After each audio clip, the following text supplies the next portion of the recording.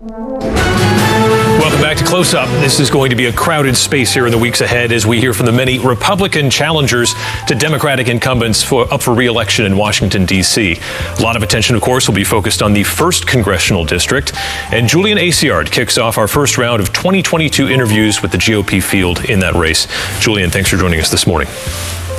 Thanks for having me. It's been an interesting couple of years so far. I bet. So Republican voters in CD1 have a lot of options.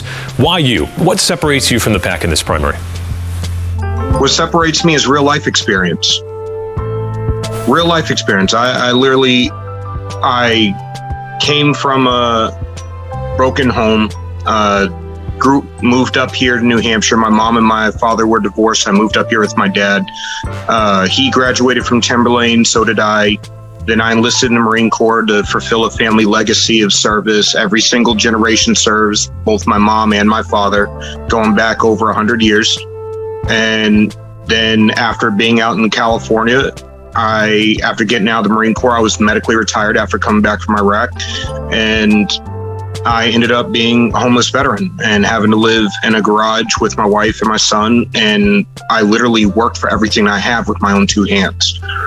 Then I come back here. Now I run the Seacoast region of my family company. I do political analysis and messaging for other candidates. I'm working with a few candidates right now. And then now I'm running for office because I'm sick of being lied to. Like everybody else, I'm sick of solutions not being the name of the game. We focus more on rhetoric to either fundraise and make people happy, or we're out just trying to own the libs. And I don't view that as a viable strategy, nor is it what voters are asking for. Voters want solutions to their problems, not people who are going to stand up and talk all day but deliver absolutely nothing. And we got that in 2010 after the Tea Party movement, and we're getting this whole new class of conservatives who say America first, but then 135 of them just voted for red flag laws after Joe Biden said he wanted to make PTA and soccer moms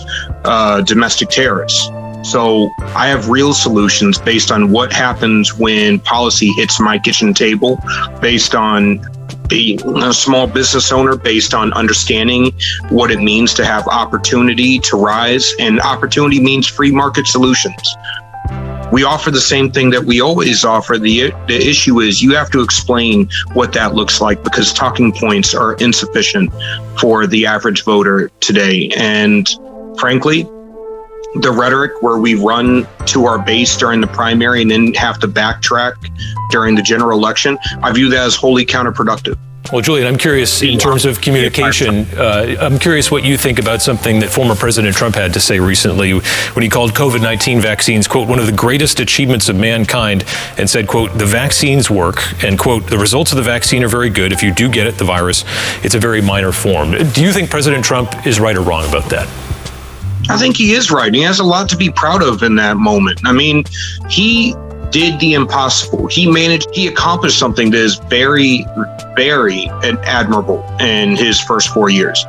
And the vaccines have been largely effective. There have been some issues, and most of the issues, most of the conspiracy theories, most of the issues that voters have with it are the mandates and the lockdowns and the forcing people to do things, the pharmaceutical companies not having repercussions because they can't be sued for any of the side effects not being publicized and being roundly ignored.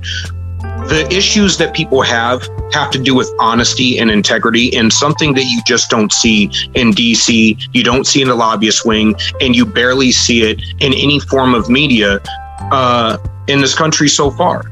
If we were able to have a logical conversation about this, most people would be able to take the rational stance that Trump did, which is, I don't like the mandates. I don't like forcing people to get something that they're uncomfortable with getting. The majority of the populace is vaccinated, and the media narrative is that it's just a whole bunch of Uber Trumpers that refuse to get the vaccine.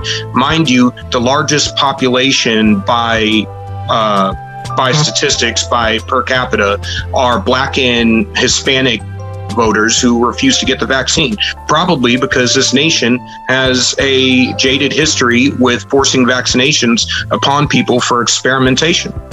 Hey, Julian, let's shift to immigration policy here. You know, everyone in Congress agrees that there needs to be an overhaul. No one can quite agree on how to do it. So what's the solution, particularly in regards to the existing undocumented or illegal immigrants that are in the country right now? Shut down the border. Do a complete 5-year moratorium on all immigration. Anyone who's not already in the process needs to be put at the back of the line. Then we need to actually build the wall, shut down everything coming into the country, and start dealing with the illegal immigrants that are already here. All right, I'm not delusional. I don't think that you can round up 25 plus million illegal immigrants. We did it as an exercise to when I was active duty during anti-terrorism training. We thought about what threats the U.S. faces. And honestly, if you were to go door to door, kicking in the door to deport 25 plus million illegal aliens, you have something that is 10 times the standing U.S. military force. Even all law enforcement officers and military officers could not accomplish that in a day, because they're not just going to willingly go back. So the rhetoric, the populist rhetoric that I know gets everyone ginned up, that is not a solution. We need to backtrack the immigration system, keep the Remain in Mexico policy. We need to change how we do visas. We need to change how we look at immigration entirely. We should not be importing people tech savvy from India any more than we should be importing low-wage workers from South America and Pakistan. And we have well over 70 countries that have come in. I believe it's up over 100 now that have come through the southern border.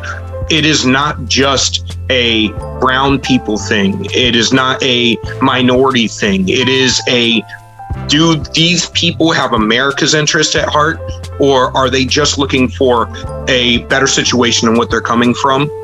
And while I sympathize with that, that's not my job. My job is to represent American citizens first. So we need to actually start putting Americans first.